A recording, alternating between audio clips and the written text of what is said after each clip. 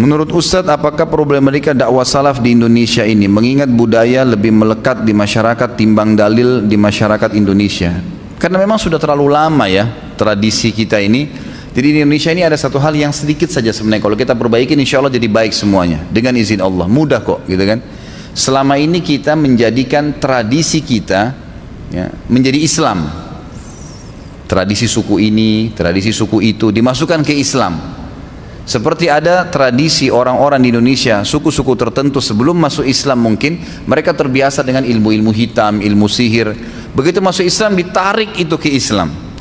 Ada tradisi suku-suku kita di Indonesia kalau menikah perempuannya harus terbuka, ditarik ke Islam gitu kan. Ini nggak boleh mestinya. Ini harus diubah persepsi. Lalu bagaimana Ustaz? Jadikan Islam sebagai tradisi. Itu yang benar. Tarik Islam menjadi tradisi kita. Pakaiannya, makannya, menikahnya, ekonominya, semuanya Islam. Sehingga kita punya standarisasi yang memang itu Allah inginkan. Kita berada di Afrika, berada di Eropa, berada di Jazirah Arab, sama saja. Haram babi ya haram bagi semua muslim, dari turunan manapun gitu kan. Azan, masuk waktu sholat, semuanya sholat dan sama cara sholatnya. Sama, bukan Jazirah Arab subuhnya 3 misalnya, Indonesia 2, enggak. Semua sama, 2 rakaat sama. Berdiri di saf juga disamakan. Nah, seperti itu. Kalau saya melihat sebenarnya permasalahan dasarnya di situ. Kita belum menjadikan Islam sebagai tradisi kehidupan, tapi kita jadikan tradisi kita sebagai Islam, dimasukkan ke dalam Islam. Maka akhirnya berwarna-warnilah Islam itu. Padahal Islam cuma warnanya satu, putih saja, terang benderang. Nggak ada kegelapannya Islam itu. Halalnya jelas, haramnya jelas. Nggak ada sesuatu yang butuh diragukan. Semuanya jelas bagi kaum. Yang penting mereka mau belajar. Kalau menurut saya Allahu a'lam itu yang paling mendasar yang harus diperbaikin. Jadi bagaimana kita menjadikan Islam sebagai tradisi kita. Kenapa Ustaz-Ustaz Sunnah tidak memiliki majelis ta'lim tersendiri Ustaz? Sebagian orang berpendapat Ustaz Salaf itu tidak suka berbaur. Majelis ta'lim seperti apa maksudnya? Menurut saya semua Ustaz-Ustaz sudah berusaha untuk memiliki majelis ta'lim, gitu kan? Kalau mungkin yang dimaksud mereka tidak punya sebuah basis untuk berkumpul, ini termasuk poin yang saya akan bahas nanti di hari Sabtu itu. Jadi memang ada hal-hal mendasar. Teman-teman kalau mau cari pahala, sekarang ini kesempatannya nih. Ada ustadz-ustadz kita yang sudah faham sunnah, mereka memang memiliki kapabilitas ilmu yang bagus. Kenapa enggak dikeroyokin untuk dibuatkan sebuah markas Islam, pesantren, Islamic Center, ada yang wakafin tanah, ada yang bangunin masjid, ada yang apa. Jadi mereka bisa fokus ke satu tempat kalau itu yang dimaksudkan. Dan itu kesempatan amal jariah. Dia bisa mencetak kader-kader dai dari tangan dia, itu luar biasa, gitu kan? Kalau ada seorang figur alim, kita tahu bagaimana kira-kira ilmunya dia, bagaimana pengaruhnya ke masyarakat, bagaimana dia bisa membakar iman setiap muslim, bagaimana mereka bisa membuat orang-orang pada taubat. Kalau dengan hadir ke majelis ta'lim dia bisa buat itu, bagaimana kalau dia punya sebuah basis tempat yang didatangin oleh orang-orang banyak, atau dia kader orang-orang yang seperti dia menjadi da'i. Misal seorang ustadz yang faham, yang bagus ini punya 50 atau 100 orang kader saja da'i yang menimpa, yang mengambil ilmunya. Itu bagaimana jadinya kalau 100 orang seperti dia menyebar 1000 orang. Itu memang sebenarnya hal yang sangat baik gitu. Jadi saya lihat ada upaya dari itu dari teman-teman, cuma memang belum fokus gitu kan. Karena mereka masih kadang-kadang harus bercabang antara pendapatan yang dia harus secara duniawi dan juga dia harus ya fokus untuk mengajar. Tapi insya Allah kedepannya dengan izin Allah akan ada. Kalau dikatakan ustadz-ustadz yang faham sunnah tidak berbaur itu keliru. Bagi saya itu sangat keliru. Saya mengetahui bagaimana teman-teman itu gerilya berdakwah ke sana sini dengan macet, dengan hujan, dengan naik motor. Itu satu hal yang sudah dilakukan dengan sangat luar biasa. Mengenai mati syahid, disebutkan beberapa diantaranya adalah mati terbakar, tenggelam, terbentur, sakit di perut dan lain-lain. Apakah orang yang buruk akhlaknya ternyata akhir hidupnya berakhir tenggelam misalnya, apakah mutlak syahid? Karena saya pernah baca artikel juga tidak dianjurkan berdoa untuk berharap mati dalam keadaan seperti itu, karena ditakutkan belum bertaubat karena sifatnya itu sekejap atau dadakan dan proses kematiannya sangat menyakitkan. Ini sangat variatif pertanyaannya kalau menurut saya.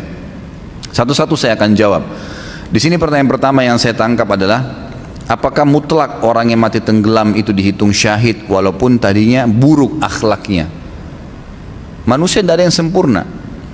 Sekarang saya pernah kasih contoh begini ikhwah. Ada orang pulang dari bar, muslim, mabuk, tabrakan mati. Pertanyaannya, saya pernah tanya kepada jemaah saya, apakah orang ini mati syahid? Muslim, keluar dari bar, mabuk, tabrakan, apakah dia mati syahid? Jangan ragu jawab, mati syahid. Dia mati syahid. Tapi Ustaz, dia dari bar kemaksiatan. Tapi dari mana kita bisa jamin? Mungkin sementara dia di mobil sebelum tabrakan sempat tobat berapa menit itu. Berapa banyak orang yang begitu? Kan gitu. Mungkin dia tahu tobat itu hitungan menit, ikhwah. Nah, khawat sekalian, iya kan? Nyesal, ya Allah, kenapa tadi saya lakukan? Kenapa? Dia mungkin nangis terus tabrakan, mati. Karena banyak orang yang mabuk setiap malam. Berapa banyak di Jakarta yang mabuk setiap malam tidak tabrakan tuh? Pulang tidur nggak apa-apa. Iya kan? Dari sekian banyak yang mabuk, berapa orang yang tabrakan? 1-2 orang. Memang jelas tuntunan syariat kita orang yang tabrakan mati syahid. Tetapi kata para ulama dipertemukan juga dengan keadaan hal-hal yang memang dalam agama bisa menolak syahadah itu. Seperti misalnya orang dalam keadaan kafir, orang itu munafik, lain. Tapi kalau cuma ahli maksiat, kan gitu, atau akhlaknya buruk, apalagi akhlak buruk ini dinilai secara individual. Misal saya secara pribadi karena nggak suka, dia kadang-kadang nggak tegur saya anggap akhlaknya buruk, lalu kemudian dia mati tabrakan misalnya, atau tenggelam, lalu saya bilang dia tidak syahid karena akhlaknya buruk. Nggak bisa, tolok ukurnya dari mana? Anda yang menilai pribadi. Mungkin saja itu dia tidak tegur, mungkin dia lihat ada maslahat. Mungkin saya pernah, waktu kemarin baru bimbing umroh ini, saya balik, ada satu jemaah saya berpapasan dengan saya, subhanallah. Saya kalau tidak salam, dia nggak tahu. Assalamualaikum Pak. Baru dia balik, Ustadz, gitu. Baru dia balik. Berpapasan di Masjid Nabawi. Subhanallah, saya terus bertanya, kenapa ya Bapak ini nanti saya tegur baru dia tegur. Ada apa sebenarnya? Dia duduk dengan saya pada saat lagi makan di restoran di hotel di Madinah. Kemudian saya sempat ngobrol-ngobrol tentang masalah operasi lasik. Saya kan pernah pakai kacamata dulu, kemudian saya operasi di Malaysia, alhamdulillah berhasil, gitu kan. Kemudian saya bicara, dia pakai kacamata orangnya. Setelah bicara masalah lasik, dia bilang akhirnya, Ustadz, saya ini kalau dari jarak dekat, apalagi kalau jauh nggak ngelihat orang. Coba bayangkan ya, jadi dia bukan tidak mau tegur, kita nggak boleh langsung suudzon dengan orang. Ternyata dia nggak lihat, dan saya memang tetap cuma bertanya, kenapa orang ini ya? Tapi tetap saya ramah, saya nggak ada masalah. Sampai Allah akhirnya berikan gambaran kepada saya, ternyata memang dia tidak lihat. Dia bilang, itu waktu Ustadz tegur saya di masjid. Kalau Ustadz nggak tegur, saya nggak dengar suaranya, saya nggak lihat. Padahal kalau kita lihat seperti orangnya normal, gitu kan? Jadi subhanallah, dari mana tolok ukur buruk atau tidaknya orang ini? Kalau cuma dari kita pribadi dan hanya karena ada masalah individual itu tidak bisa jadi patokan, gitu kan? Kita lihat global perilaku orang itu, global perilaku orang itu. Jadi Allah alam, yang saya tahu pertanyaan kalau orang tenggelam dikatakan apakah mutlak itu syahid? Iya saja. Pertanyaan yang saya paham dari pertanyaan ini yang kedua adalah, kalau seandainya di sini ada artikel yang mengatakan tidak boleh orang berdoa agar mati dalam keadaan seperti itu. Memang betul. Jangan bilang ya Allah matikan saya tenggelam, matikan saya terbakar. Memang begitu. Tapi kita dianjurkan mengatakan ya Allah matikan saya syahid. Itu betul. Kata Nabi SAW dalam hadis sahih, man talaba syahadata bisidq ballagahu Allahu manazil syuhada wa in mata ala firashi. Siapa yang minta kepada Allah dengan tulus mau mati syahid, tulus memang dia berharap mati syahid, nanti masalah apakah dia terbakar, tenggelamkah, membela kehormatan di medan perangkah, kena penyakit kusta kah, kena penyakit perut, macam-macam mati syahid itu urusan Allah SWT. Yang penting saya mau mati syahid ya Allah, gitu kan. Kalau dia tulus minta, Allah akan berikan kepada dia kedudukan pahala nanti di surga, di akhirat. Orang mati syahid walaupun dia mati di atas ranjangnya, memang itu fadilah, kita disuruh. Tapi memang jangan minta khusus kecuali mati di medan perang. Kalau mati di medan perang memang itu sudah umum, gitu kan. Nabi SAW memotivasi sahabat untuk supaya mati di kancah peperangan, itu lain. Tapi kalau jenis ini syahadah yang lain ini, saya tahu ulama mengatakan sebaiknya jangan disebutkan, ya gitu. Misal minta agar mati kebakaran atau agar mati dalam kondisi tenggelam.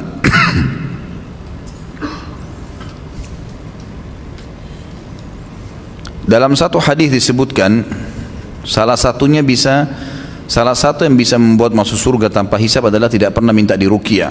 Banyak yang berbeda pendapat akan masalah ruqyah tersebut. Apa yang dimaksud ruqyahnya itu minta jampi-jampi semisal ruqyah syirkiyah, Namun ada juga yang berpendapat memang ruqyah syariah biasa, karena menurut mereka kalau kita meminta di ruqyah tandanya kita tidak bertawakal terhadap Allah Subhanahu wa taala. Mutlak ini pendapat jumhur ulama, bukan khilaf terlalu banyak sebenarnya. Jumhur ulama mengatakan ini maksud adalah ruqyah yang tidak syar'i. Karena ruqyah artinya bacaan yang ditiupkan, gitu kan? Jadi semua yang ditiupkan bacaan termasuk jampi-jampi para dukun itu memang dikatakan ruqyah dalam bahasa Arab, makanya dikatakan ruqyah syariah. Tiupan yang bacaan yang ditiupkan sesuai dengan syar'i, selalu diikutkan ruqyah syariah. Kalau ruqyah saja secara etimologi bahasa memang namanya artinya masuk jampi-jampi dukun. Sesuai dengan sabda Nabi SAW yang lain, ar-ruqa wat tamaimah wat tiwala syirkun. Ar-ruqa adalah jamak daripada ruqyah. Jampi-jampi yang ditiupkan, benda-benda yang digantungkan di badan, gelang, kalung dan seterusnya, itu bisa membawa orang pada syirik. Tapi kalau ruqyah syariah bukan, itu pengobatan. Nabi SAW pernah diruqyah oleh Jibril alaihissalam. Kalau sudah ada perilaku Nabi SAW yang mencontohkannya, berarti dibolehkan seseorang untuk melakukannya. Jadi yang dimaksud adalah ruqyah yang tidak syar'i, itu yang dimaksud. Makanya kalau kita fahami hadis benar-benar apa kata Nabi SAW, 70 ribu dari umatku masuk surga tanpa hisab, mereka yang tidak bertatayur.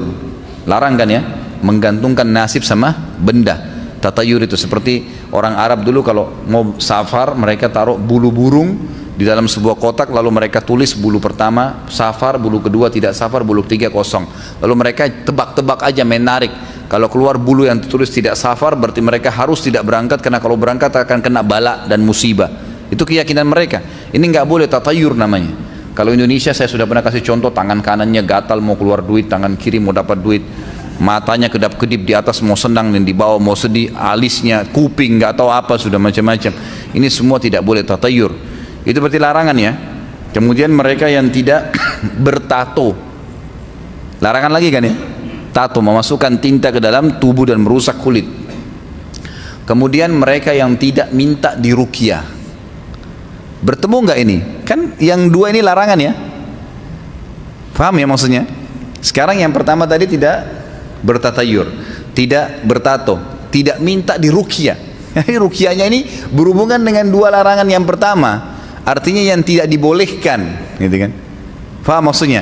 Lalu Nabi SAW tutup mengatakan, dan mereka hanya bertawakal kepada Tuhan mereka.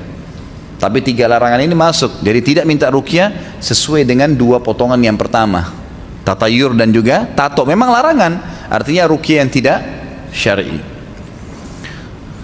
Apakah mendawamkan surah-surah tertentu seperti surah Al-Waqiah, Ar-Rahman di pagi dan sore hari, atau surah Al-Mulk sebelum tidur, ada perintah atau sunnahnya?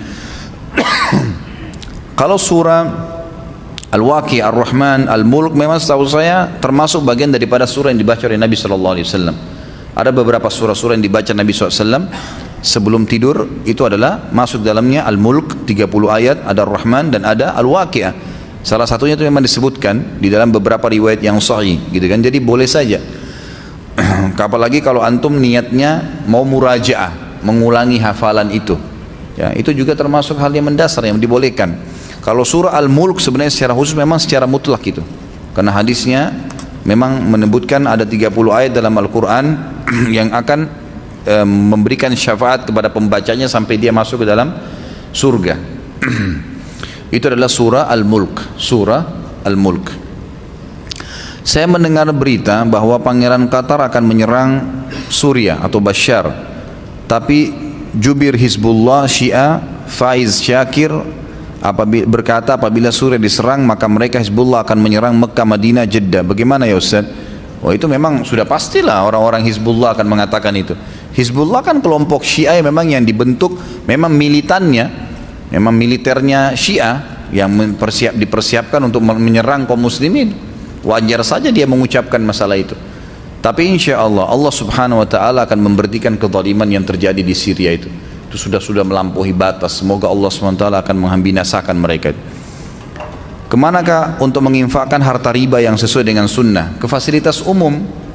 Fasilitas umum, ya, sumur, jalanan, WC umum, buat jembatan, itu dibolehkan. Itu fatwa ulama yang terakhir ya. Itu pun di saat memang bunga riba antum besar, kalau tidak ditarik malah nanti disalahgunakan oleh perbankan. Kalau bunga ribanya 20.000, 30.000, untuk apa ditarik? 100.000, 500.000, nggak usah pusingin itu, biarin aja dipotong. Kalau memang ada di bank konvensional, biarin aja dipotong dengan biaya-biaya yang mereka pakai, gitu kan. Itu nggak ada masalah dan tidak usah diganggukan. Jadi yang fatwa ulama sekarang dibolehkan itu karena adanya beberapa pengusaha di Saudi yang punya rekening, mereka punya usaha, masuk di saham-saham besar, perusahaan besar di Amerika, ternyata pemilik perusahaannya orang-orang Yahudi, dan ini boleh bertaamul dengan orang-orang Muslim dalam Islam, sebagaimana Nabi SAW bertawun dengan beberapa orang-orang Yahudi di Madinah dulu. Lalu mereka punya bunga-bunga, dan bunganya ini bisa sampai ratusan ribu dolar, jutaan dolar bunganya saja, karena uangnya sudah sangat besar. Kalau tidak diambil, khawatirnya Yahudi pakai untuk membunuh saudara-saudara di Palestina. Maka diambil, dikatakan oleh para ulama, diambil saja dan digunakan untuk fasilitas umum. Salat subuh berjamaah di masjid yang imamnya membaca doa kunut. Saya sebagai makmum tidak mau membaca doa tersebut. Doa apakah yang harus saya baca? Mohon penjelasannya Ustaz. Baca saja, ikutin imam. Kenapa enggak ikut? Ikuti imam dan niatkan kunut nazilah. Saya memimpin sholat di dekat rumah saya. Alhamdulillah ada musola kecil, bukan masjid. Pas di sebelah rumah saya sholat di situ. Kalau subuh saya imamin. Saya sekarang ini kunut nazilah. Dan saya katakan kepada teman-teman yang biasa ikut sama saya sholat di masjid itu, saya bilang, kalau saya jadi imam dari subuh, duhur, asar, maghrib, isya, saya akan jalankan sunnah Nabi SAW sekarang untuk kunut nazilah. Umat Islam butuh itu. Nabi SAW waktu terbunuh 70 penghafal Al-Quran dari sahabat, beliau membaca kunut selama sebulan di 5 waktu sholat. Jadi bisa diniatkan untuk kunut nazilah. Apalagi sekarang kaum muslimin memang sangat terdesak. Kata teman saya, perusahaan tempat saya bekerja sering mempermainkan pajak yang semestinya dibayar tapi tidak dibayar. Apa ini? Haram? Halalkah gaji yang saya terima sebagai karyawan? Halal saja, selama produk yang dijual itu halal, sistem yang dipakai halal. Cuma pelanggarannya di masalah penyalahgunaan pajak. Jadi dia berdosa di situ pemilik perusahaannya. Tapi apakah gaji pegawai halal? Halal. Tidak ada hubungannya gaji pegawai dengan itu sebenarnya, gitu kan. Dan Anda coba ingatkan supaya mereka meninggalkan itu. Ini sudah ditanya tadi ya, masalah membaca Al-Quran dengan langgam Jawa itu.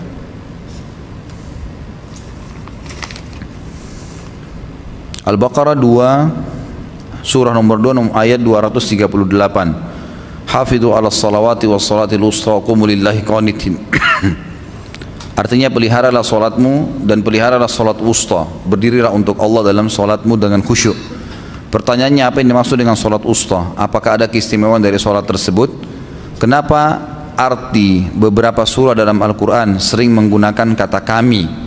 Kenapa tidak ditulis Allah langsung saja tunggal? Karena secara etimologis bahasa Indonesia kami itu bisa diartikan bersifat majmu'. Apakah memang arti di bahasa Arab itu kami atau nahnu? Apa artinya? Sering orang kafir mencoba mengganggu dengan pertanyaan ini. Mengapa Al-Quran sering menggunakan kata kami? Bukankah kami itu artinya majmu'? Mohon penjelasannya Ustaz. Kalau pertanyaan pertama tentang masalah sholat usta, ini yang lebih kuat atau paling kuat pendapat ulama adalah sholat asar. Sholat asar. Usta artinya pertengahan. Pertengahan. Kita lihat di awal pagi dan pertengahan pagi ada duhur, ada subuh dan duhur. Kemudian di awal malam dan akhir malam ada maghrib dan isya. Maka asar ada di tengah-tengah. Maka ulama mengatakan usta yang dimaksud adalah sholat asar. Dan juga ada hadis Nabi SAW yang lain, siapa yang ketinggalan sholat asar, khusus ya, sholat asar, maka seakan-akan dia kehilangan seluruh harta dan keluarganya. Sekali kehilangan sholat asar, maka dia begitu luar biasa rugi. Seperti dia punya istri, anak, mati semua, hartanya semuanya habis. Hadis ini menguatkan tentang masalah asar yang dimaksud karena memang penting sekali, dikhususkan. Disuruh jaga semua sholatmu dan fokus terutama sholat pertengahanmu, maksudnya adalah asar. Kalau masalah Al-Quran menggunakan istilah kami, ini dibahas oleh ulama. Setiap Allah SWT menyebutkan tentang perilaku yang Allah turun tangan sendiri, ya kan? Maka Allah menggunakan kata-kata aku atau saya, ya kan? Tapi kalau Allah Subhanahu wa taala melibatkan malaikat melakukan tugas-tugas, maka Allah menggunakan dengan istilah kami. Memang begitu. Seperti misalnya masalah pengawasan manusia, makhluk. Kata Allah SWT tentang itu, tajri bi a'yunina. Mereka berada di bawah pengawasan kami. Allah ngawasin dan bersama juga dengan malaikat yang ditugaskan, gitu kan. Tapi kalau Allah sendiri, memang Allah Subhanahu wa taala menyebutkan lima khalaqtu biyadayya tentang masalah Adam. Hai iblis, kenapa kau tidak mau sujud? Siapa yang aku ciptakan dengan tanganku sendiri? Maksudnya Adam. Berarti Allah SWT sendirian menciptakan Adam, tidak ada campur tangan malaikat di situ. Ya, jadi seperti itu cara memahaminya. Bagaimana kalau kita bertamu? Dimatikan aja kipasnya, satu orang tolong. Kipasnya tolong dimatikan ya. Terlalu menyorot ke saya. Bagaimana kalau kita bertamu ketika itu ada jendela di depannya dan ketika mengetuk sambil menengok jendelanya, apakah berdosa? Untuk apa menengok jendelanya? Ketuk saja pintunya, bel, nggak usah campur tangan gitu, nggak usah cari tahu. Pas antum lagi lihat jendela di dalam istrinya lagi tidak pakai baju gimana? Nggak mungkin gitu. Jadi nggak usah campurin apapun yang tidak terlihat. Bel saja, dan adabnya cukup 3 kali. 3 kali ngetuk nggak dibukain pulang. Kata Nabi SAW, kalau seandainya seseorang dari kalian mendatangi rumah saudaranya dan dia mengetuk sampai 3 kali dan tidak dibukakan, maka pulanglah, karena mungkin saudaranya lagi tidak ingin ditemui atau dia lagi punya hajat yang lain. Begitu adabnya. Jadi sebagian jangan. Batas zikir pagi petang itu apa? Karena ana masih terbata, kadang sudah suka lama menyelesaikannya. Ya tentu paling afdal zikir pagi setelah subuh sampai sebelum terbit matahari, itu paling baik. Dan itu subhanallah kalau antum duduk, apalagi pegang buku panduannya, insya Allah 15 menit selesai, 15-20 menit sudah selesai. Kalau hafal itu lebih cepat, 10 menit. Saya kadang-kadang kalau duduk baca agak cepat, 10 menit selesai zikir pagi sore. Jadi kalau perlu jangan berdiri setelah zikir subuh, kecuali sudah selesai asar juga selesaikan dulu zikir itu, gitu kan? Itu lebih baik. Kalau batasnya sebenarnya ulama tidak memberikan batas yang khusus, tapi yang jelas dikenal dengan zikir pagi berarti sampai pagi habis. Pagi habis biasanya difahami kapan? Pada saat siang datang, gitu kan? Zikir sore berarti pada saat sudah datang malam, itu sudah habis sebenarnya, gitu kan? Kecuali kalau memang antum ketinggalan, lupa, memang ada yang tersisa, maka insya Allah tidak ada masalah dibaca di waktu kita teringat. Apakah ketika duduk tasyahud akhir kita memiringkan kepala? Nggak usah miring kepala. Kenapa harus miring kepalanya? Nggak usah, nggak perlu gitu kan. Cukup duduk pun itu tetap badannya tegak. Ya, tetap badannya tegak. Dan saya sudah pernah praktekin. Mungkin teman-teman yang belum pernah ikut atau bisa lihat nanti di YouTube masalah bagaimana saya praktikkan sholat pada saat duduk iftirash, duduk tawarruk. Itu ada cara-caranya yang memang tidak perlu membuat kepala dan badan kita ikut miring. Apakah untuk qanun wad'i yang kita tidak mengetahui yang dilanggar lalu berdosa? Tentu berdosa. Yang kita tidak tahu lain. Kalau yang kita tahu berdosa. Teman-teman yang tidak tahu qanun wad'i itu peraturan pemerintah ya. Kan kita dalam hidup di dunia ini ada peraturannya Allah, ada peraturan manusia. Kalau peraturan Allah mutlak harus diikutin. Kalau peraturan manusia, pemerintah setempat selama tidak bertolak belakang dengan hukum Allah, maka wajib dipatuhi kalau itu pemerintah. Masuk dalam firman Allah, hai orang beriman, taati Allah, Rasulnya dan orang-orang atau pemimpin di antara kalian. Seperti kasus rambu-rambu lalu lintas, ya harus punya KTP, akte lahir. Nggak ada dalam hukum Allah nih. Di zaman Nabi SAW orang lahir ya lahir saja sudah. Ditahu anaknya fulan, nggak ada akte lahirnya. Tapi sekarang ada untuk mengatur kerapian administrasi. Tidak bertolak belakang dengan hukum Allah karena ada maslahatnya. Bukan hal yang haram, maka wajib dipatuhi. Jadi harus dipatuhi. Nggak boleh seorang muslim melanggar lampu merah, gitu kan? Nggak boleh dia nggak punya KTP, nggak boleh dia nggak punya SIM. Memang begitu. Peraturan-peraturan yang sesuai dengan hukum Allah, hukum yang tidak melanggar hukum Allah dari hukum manusia pemerintah harus dipatuhi, gitu kan? Kalau dia tidak tahu lain. Hukum tidak tahu itu tidak berdosa dengan izin Allah SWT. Artinya tidak dihukum oleh Allah SWT. Istri anak memanggil anak kakak, apakah boleh? Boleh. Kakak, sayang, abang, apa-apa. Yang penting baik-baik semua. Jangan nama-nama binatang ini yang tidak boleh.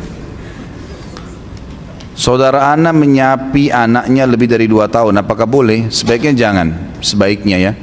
Jadi maksimal 2 tahun, karena Allah SWT mengatakan liman arada yutimma radha'ah, itu haulaini kamilaini liman arada yutimma radha'ah, bagi wanita-wanita yang mau menyempurnakan susuannya, maka 2 tahun lengkap maksimal. Sebelumnya diberhentikan boleh, maka sebaiknya diberhentikan sebelum 2 tahun itu.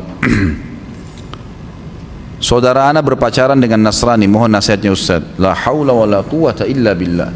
Pacaran saja sama muslim gak boleh, apalagi sama Nasrani. Bagaimana ini? Mohon nasihat saya berhentikan, nasihatin, luruskan, gak boleh.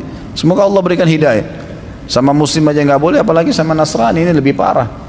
Seburuk-buruknya muslim, ikhwah akhwat sekalian, tetap kalaupun menikah dengan dia, kalaupun insya Allah, ini insya Allah tidak terjadi, kalau cerai pun kita punya anak maka tidak akan murtad. Tapi kalau menikah sama orang non muslim, ini butuh ekstra nih ya.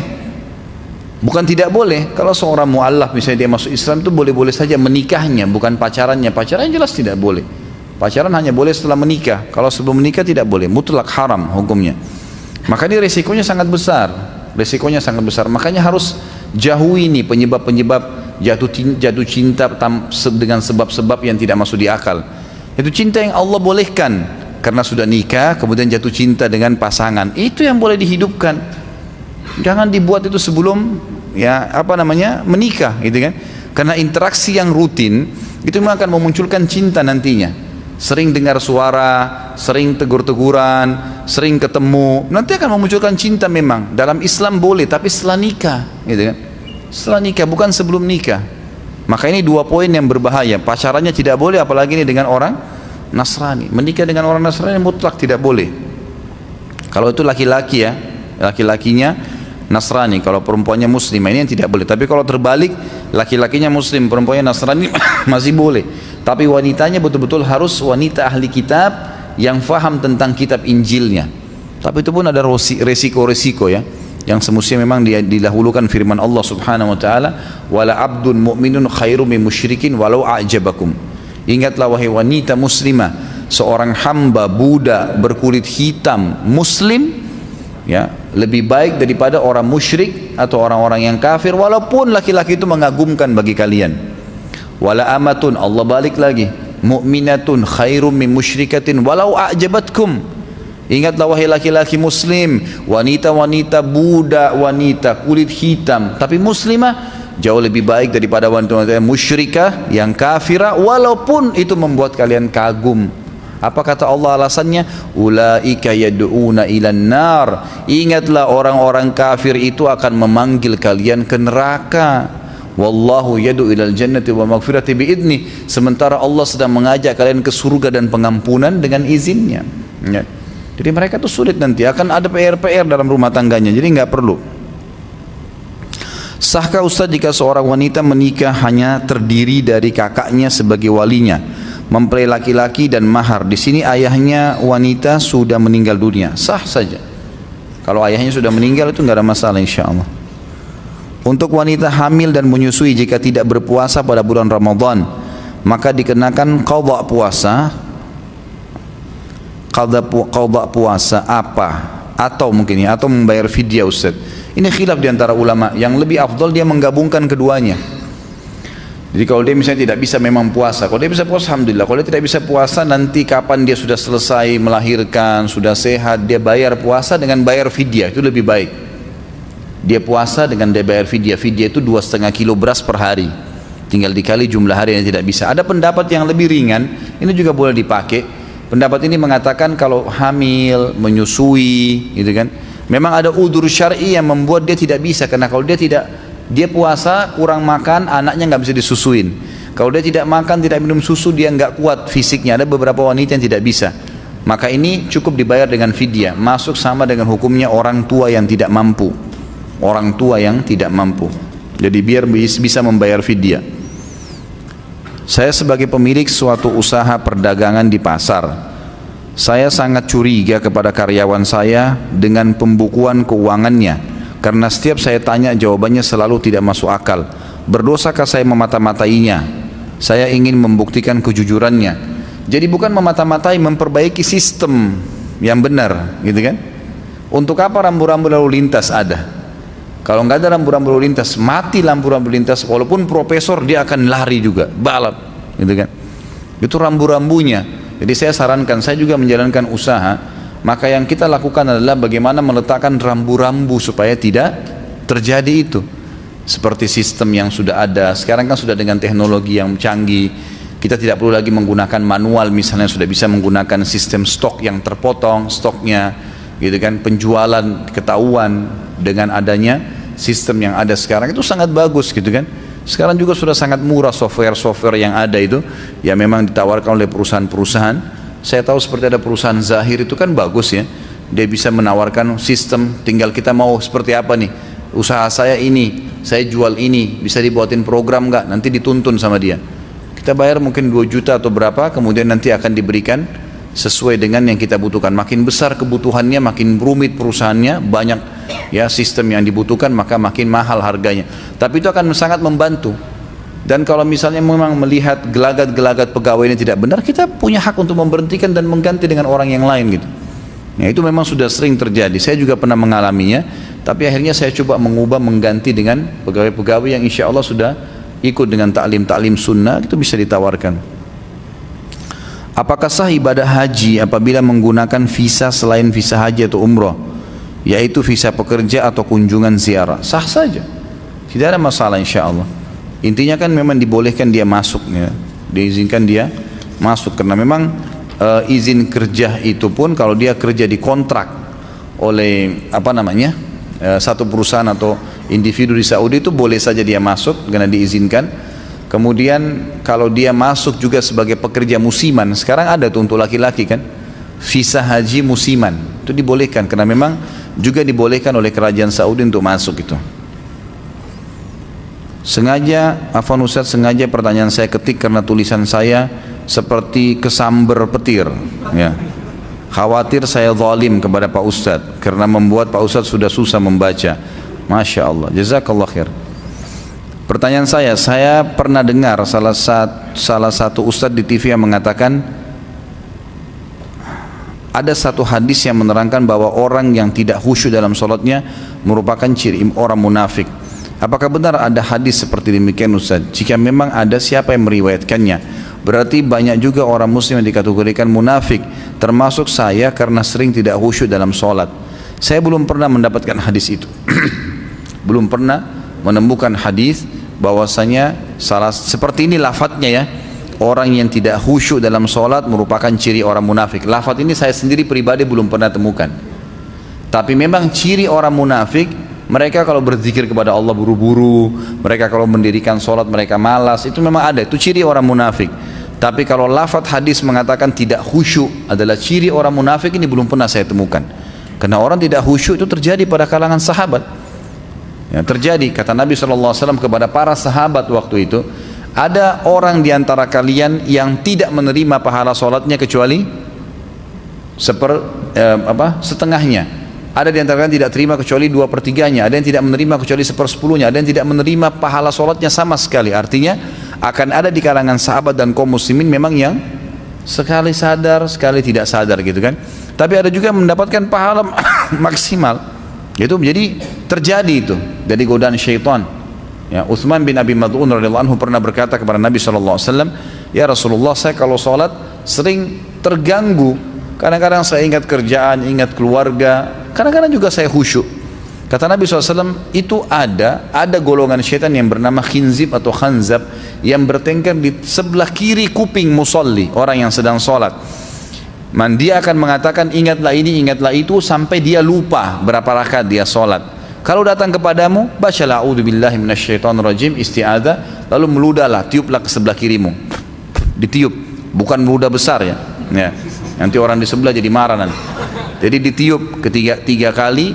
Kata Utsman bin Mad'un radhiyallahu anhu, setelah saya kerjakan, maka akhirnya hilanglah was-was syaitan itu, gitu kan. Kalau masih terganggu juga, ulama mengatakan dihubungkan juga dengan masalah yang lain, yaitu masalah dosa yang masih mengganggu. Jadi kadang-kadang dosa juga menjadi penyebab orang tidak khusyuk. Dalam satu ceramah, Ustadz pernah menjelaskan mengenai perang Uhud secara rinci dan jelas. Korban dari pasukan muslim sekitar 70 syahid. Beberapa di antaranya wafat terbunuh, tidak disengaja oleh sesama pasukan muslim karena kondisi peperangan yang sangat kacau balau. Yang saya tanyakan, apakah pasukan muslim yang wafat karena terbunuh oleh sama muslim dapat dikatakan juga mati syahid? Jawabannya iya. Jadi kalau dia terbunuh di kancah peperangan dan kesalahan seorang muslim, karena dia sudah niat keluar berperang, maka matinya mati syahid. Matinya mati syahid. Tapi tidak semua orang, kata ulama, terbunuh oleh muslim dikatakan syahid. Misal ada dua orang muslim berantem lalu saling bunuh membunuh, gitu kan? Yang satu mati, maka dilihat kondisinya. Kalau dia membela kehormatannya memang dia benar, maka dia mati syahid. Tapi kalau tidak, dasarnya memang misalnya dia perampok, dia apa, itu tidak mungkin dihitung dia mati syahid. Dilihat keadaannya, Apa yang dilakukan oleh badan intelijen dengan memata-matai umat Islam, apa hukumnya? Saya sudah bilang tadi, kalau ada maslahat yang misalnya pemerintah, tadi saya kasih contoh dalam peperangan, gitu kan, dalam hal-hal yang memang dibutuhkan karena dianggap ada maslahat umum oleh pemerintah, karena Nabi SAW mengutus memata-matai orang-orang yang berusaha untuk menyerang Madinah. Ya, terkadang ada di antara mereka yang sudah mengaku sebagai muslim, seperti kasus Musailam al-Kadzab yang mengaku sebagai nabi pada saat di akhir hidup Nabi Muhammad SAW. Nabi SAW sempat mengutus beberapa sahabat untuk memata-matai mereka, gitu kan. Jadi kalau lihat ada maslahatnya di situ, memang dicurigain berbahaya bagi umat Islam, maka itu boleh-boleh saja. Karena pihak pemerintahan, ya, yang kita sering bahas tadi adalah secara individu yang tidak dibolehkan, gitu. Apakah boleh saya sholat qasar? Apa ini?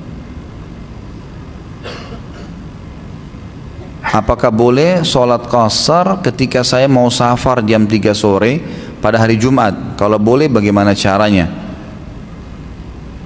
Jadi kalau yang dimaksud di sini adalah mau safar jam 3, pesawatnya akan take off jam 3, jam berapa Anda ke bandara?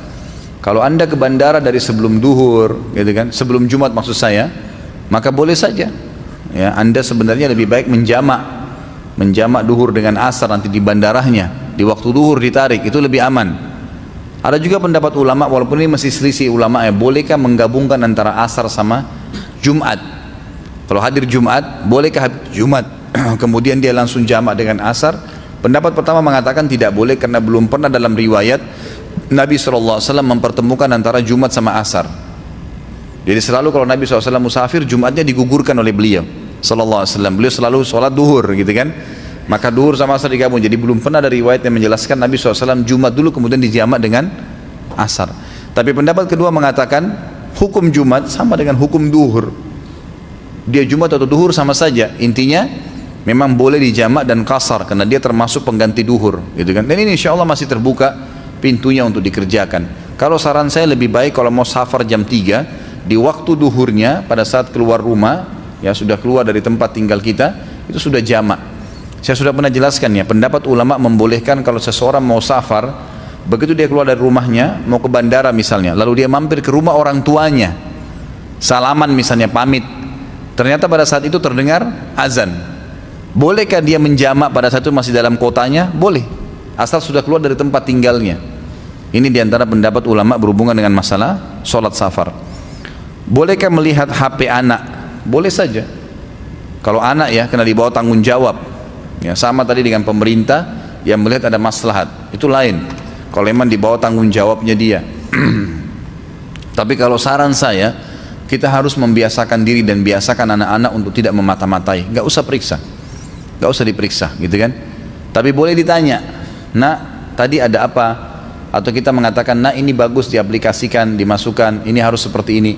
Kalau kita lihat depan mata sesuatu yang salah, barulah kita luruskan, ya, itu lebih aman, lebih baik, sehingga anak itu terbiasa dengan memang tahu kalau pendidikan orang tuanya tidak memeriksa atau tidak memata-matai, gitu, supaya tidak terwariskan selalu kalau dia pun sudah menikah nanti. Apabila saya seorang HRD membaca lamaran pelamar, ternyata di CV tidak tercantum agamanya apa, kemudian saya cari tahu di Facebooknya, apakah itu boleh? Kalau masalah agama boleh saja, tapi kenapa nggak ditanya langsung? Kenapa nggak ditelepon misalnya, gitu kan? Ini Anda belum cantumkan agama, Boleh saya tahu agamanya apa? Nggak masalah itu. Boleh saja kita tanyakan, itu hak kita. Nggak ada masalah, lebih baik ditanya daripada kita harus mencari tahu. Tapi khusus untuk mencari agama, menurut saya itu bukan memata-matai sebenarnya. Karena memata-matai itu kan mencari apa tadi? Sesuatu yang salah dari orang itu, gitu kan? Apabila seseorang meminta diruqyah, apakah itu boleh? Sudah saya jawab tadi ya. Sholat sunnah rawatib apakah boleh di rumah, kemudian baru pergi sholat wajib di masjid? Tentu lebih baik, lebih afdal. Kata Nabi SAW, sholat itu semuanya afdal dikerjakan di rumah kecuali sholat wajib. Dalam hadisnya dikatakan jangan kalian jadikan rumah kalian sebagai kuburan. Itu yang selalu digunakan untuk sholat sunnah. Apakah Ustadz ada program menghafal Al-Quran? Kalau untuk pegawai saya di restoran sama di toko memang ada program. Saya buatkan program itu. Dalam satu pekan mereka harus nyetor hafalan 2 kali. Tapi kalau secara umum saya nggak buka untuk tahfidz Quran itu, gitu kan? Karena memang tidak ada waktu untuk pengawasan dan pengontrolan. Tapi bisa teman-teman ikut di tempat-tempat yang sudah ada sekarang. Bolehkah membaca Al-Quran dengan langgam? Ini sudah juga Nusantara, Masya Allah, bahasa Arab sajalah. Jika terjadi jual beli rumah atau tanah, maka diperlukan cek dokumen sertifikat. Maka dilakukan cek intip untuk mengetahui keaslian dokumen tersebut di BPN. Apakah itu dibolehkan? Bukan dikategorikan mengintip dokumen. Kalau memang itu diperlukan karena dikhawatirkan ini adalah bahaya, mungkin ada palsunya, gitu kan. Tapi kalau saya sarankan ikuti prosedur aja, tanya baik-baik, memang ini betul nggak keasliannya? Kenapa harus ngintip? Jadi betul-betul ditanya apa adanya, memang ini betul atau tidak. Saya tanya ya Pak, saya pastikan suratnya asli atau tidak ya. Oh ya silakan, ya sudah kita cek, aman saja. Bagi seorang muslim tidak ada yang samar-samar ya. Ingat ikhwah akhwat sekalian, dalam rumah tangga, dalam pekerjaan, dalam apapun, usahakan hidup kita semuanya transparansi, nggak ada yang tertutup. Aman, tenang, nggak ada musuh, nggak ada apa-apa gitu. Tenang aja, semuanya jelas bagi kita. Kalaupun kita dituduh, kita tahu kita nggak melakukan apa-apa karena kita memang sangat terbuka, gitu kan? Seperti itu. Jadi kita harus semuanya transparan, tidak ada sesuatu yang tertutup kecuali aib-aib. Memang itu kita dilarang untuk mempermalukan diri kita sendiri. Ustaz, saya mau tanya tentang sholat jamak saat keadaan perjalanan. Teman saya melakukan sholat jamak takdim pada saat sudah sampai tempat tujuan, apa boleh? Padahal dia sudah sampai tempat tujuan pada saat sholat duhur, namun sholat asarnya dijamak dengan duhur. Boleh saja, nggak ada masalah itu. Hukumnya mengaji ayat Al-Quran dengan langgam, sudah tadi ini juga. Masya Allah, heboh betul itu ya. Nggak usah dipedulikan lah, dengar saja Syekh Sudes, dengar yang lain, nggak usah itu dilihat terus. Nanti makin heboh nanti di YouTube itu, makin banyak ya nilainya, nggak usah lah. Ustadz mohon dijelaskan tentang hadis yang berbunyi barang siapa yang mati dengan lehernya dan di lehernya tidak ada baiat, maka dia mati dalam keadaan jahiliyah. Hadis riwayat Muslim. Apakah hadis ini sahih dan apa maksud dari hadis tersebut? Hadisnya sahih. Maksudnya adalah kalau sudah seorang muslim, dia hidup dimanapun, kalau sudah ada pemerintah yang tertunjuk ya, dia hidup di negara kafir atau hidup di negara muslim, maka dia harus memberikan baiat. Baiat itu adalah dukungan dia berikan. Walaupun kita misalnya tidak ikut nyeblos, tapi ternyata sudah menang si A. Pada saat dia menang, kita berikan dukungan kita, gitu kan? Berikan dukungan dalam arti kata apa? Kalau ada peraturan kita ikutin selama tidak melanggar agama. Kalau yang melanggar agama kita boleh tinggalkan. Itu namanya baiat. Itu namanya baiat. Jadi tidak ada pemahaman yang lain masalah baiat ya. Artinya memberikan dukungan pada pemerintah setempat selama tidak melanggar agama dipatuhi, selama melanggar agama kita jauhi. Kurang lebih seperti itu, Allahu a'lam. Ini yang saya bisa sampaikan, semoga bermanfaat. Subhanakallahumma bihamdika asyhadu an la ilaha illallah astaghfirullah wa atubu ilaih. Wassalamualaikum warahmatullahi wabarakatuh.